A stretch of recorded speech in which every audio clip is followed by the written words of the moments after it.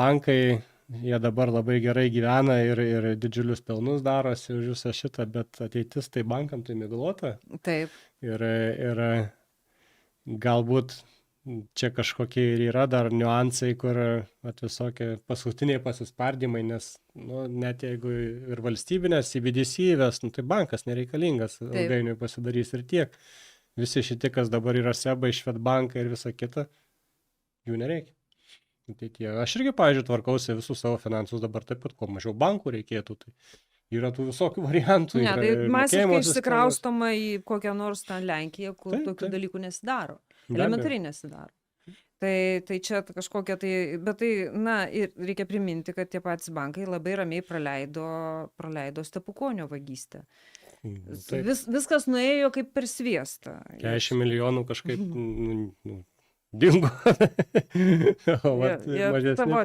Matyt, ten yra du kaip nors, bent minimum 2 koridoriai pinigams. Yra tos, kurios galima murgdyti, politiniai kažkokie tai tokie pasižiūrėjimai, o yra, kad viskas tvarkoja. Aš tai įtariu sąrašai kažkokie, tai yra tiek, kurios galima, va šitiem galima, šitiem negalima, šitus tikrinti, prie šitų prisiknisinėti. Čia galima tada suprasti, kas daro. Sąrašai tikriausiai. Tai aš ir sakau, pagal sąrašus arba pagal partinį bilietą. Nes prastesnių reputacijų negu dabar tie žmonės, kurie čia tvarkėsi su Landsbergių projektais. O kaip bus Baltkepui, kaip jūs manot? Kaip bus Gustainiui? Tai niekaip. Nes, pavyzdžiui, aš žiūrėjau, kad, pavyzdžiui, Trinkūnai tai iš to Eisano atleido 22 darbuotojų, čia dabar pranešimas. Bet aš negirdėjau, kad Baltkepas atleidinėtų darbuotojus. Jisai pliusai išeis iš to viso projekto. Iš to stadiono, kurio niekas nepastato. Bet kada, jeigu į minusą nueina, tai neina žmonės. Ir per kažkas dingo 40 milijonų, mes padengsim kitais 40 milijonų mokesčių mokėtojų pinigų. Tai realiai institucijas čia, nebent ras ten kažkokį nubaus dėl vaizdo, kokį nors, kad ir Stepukonį arba dar kokį atpirkimo ožį tenai. Duos kelius metus. Arba, sakys, už gerą elgesį. Pirmas teistumas, tai už gerą elgesį. Ir uždaras posėdis, informacijos neviešinam. Aha, va šitas yra. Ir išvedam įtariamąjį per užpakalinės duris, kad kaip Trinkūnaitės byla staiga dėl garbės ir orumo, ir ne jos garbės ir orumo, staiga pasidaro uždara. Nes taip, advokatai paaiškino, kad čia gali būti kažkas tai negali. Mes čia spėliojam, fantazuojam, bet man atrodo, tai bus labai realu. Taip, čia labai realus toksai, reali perspektyva, jo labiau, kad Bartaševičiaus byla atidėta rinkimams. Atidėta jau. Viskas, taigi jis išleistas atostogauti ir tiek žinių su visais šitais dalykais.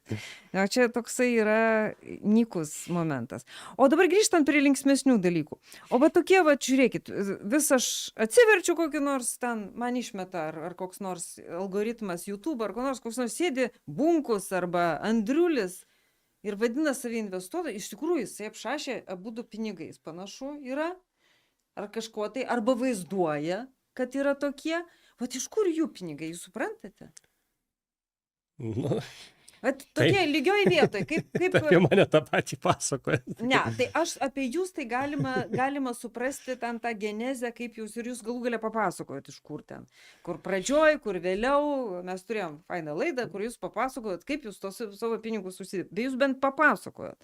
Galima to tikėti, gali vienas kitas tikės, kitas netikės. Bet pavyzdžiui, koks nors Liudvikas Andrulis. Turbūt kiekvienas savo istoriją turi, tai nereiškia, kad visi nemoka su pinigais elgtis, kažkas galbūt moka. Kaip ir sakau, iš tikrųjų, kai atsirado kriptovaliutos, tai bet kas kažkada, jeigu galėjo staiga patikė, kad ir Lietuvoje, galėjo už centus prisipirkti bitkoinų dabar. Ir galėtų milijardus dabar turėti po truputį išsikeisdamas dar kažką. Tai tu, jeigu į šitą rinką papuolė kažkas anksti ir patikėjo, jie visi dabar turi pinigų, tikrai. Tai o čia reikėjo atsirasti prieš 15 metų kažkas tokio ir palaipsniui, net ir dabar galima atsirasti. Tai vėlgi tai priklauso labai nuo galbūt sėkmės, galbūt žinių, galbūt dar kažkokių pažinčių, turbūt pažinčių daugiausiai. nes net ir dabar atsiradus kripto rinkoje pažinčių, žinant tam tikrą vidinę informaciją, čia per naktį gali pasidaryti milijardierium iš tikrųjų. Tai. Bet čia yra tai ką jūs sakėte, akcijų biržoje irgi, bet tai už akcijų biržoje už tokius dalykus pasodint gali. Akcijų, tai bet iki to daeiti reikėjo akcijų biržai visai irgi. Didžiulis kelias buvo, kada atsirado įstatymai. Nes vidinė informacija pasinaudoti ir iš to uždirbti, tai čia yra nusikaltimas numeris 1. Taip, bet kripto rinka yra pasaulinė rinka visų pirma, jau pasauliniu mastu reiktų reguliuoti, atrasti kaltininkus. Ten po truputį bando ieškoti ir netgi ir bankrutavusius dabar. Ten buvo toks Mount Gox toks projektas, kuris seniai labai prarado labai daug investuotų pinigų, dabar pradėjo gražinti. Tai, ar ir girdėjot, kad kokią sekundę gražintų? Ne. Ar Snora pagražintų, ar dar kas nors, ta prasme. Vat Mount Gox vartotojams pilnai žada pagražinti indėlius, nes paprasta situacija gausi. Jie tada kaip ir pagal vertę bankrutavo, bet kai pakyla kaina kriptovaliutų, kurios likę, jie pagal tą bendrą vertę vėl gali atiduoti visą tą. Jie kažkokį tai turi krepšelį, ne? Krepšelis auga ir jie gali grąžinti. Nuo kursų viskas pasikeitė. O čia jie prieš 10 metų, gal mažiau šiek tiek griuvo. Tai dar man pasakykit, susidaro įspūdis, kad eilinius matematikos genijus taiga užgriūna tų pinigų liūtis. Ir jie pradeda neadekvačiai kažkaip tai elgtis.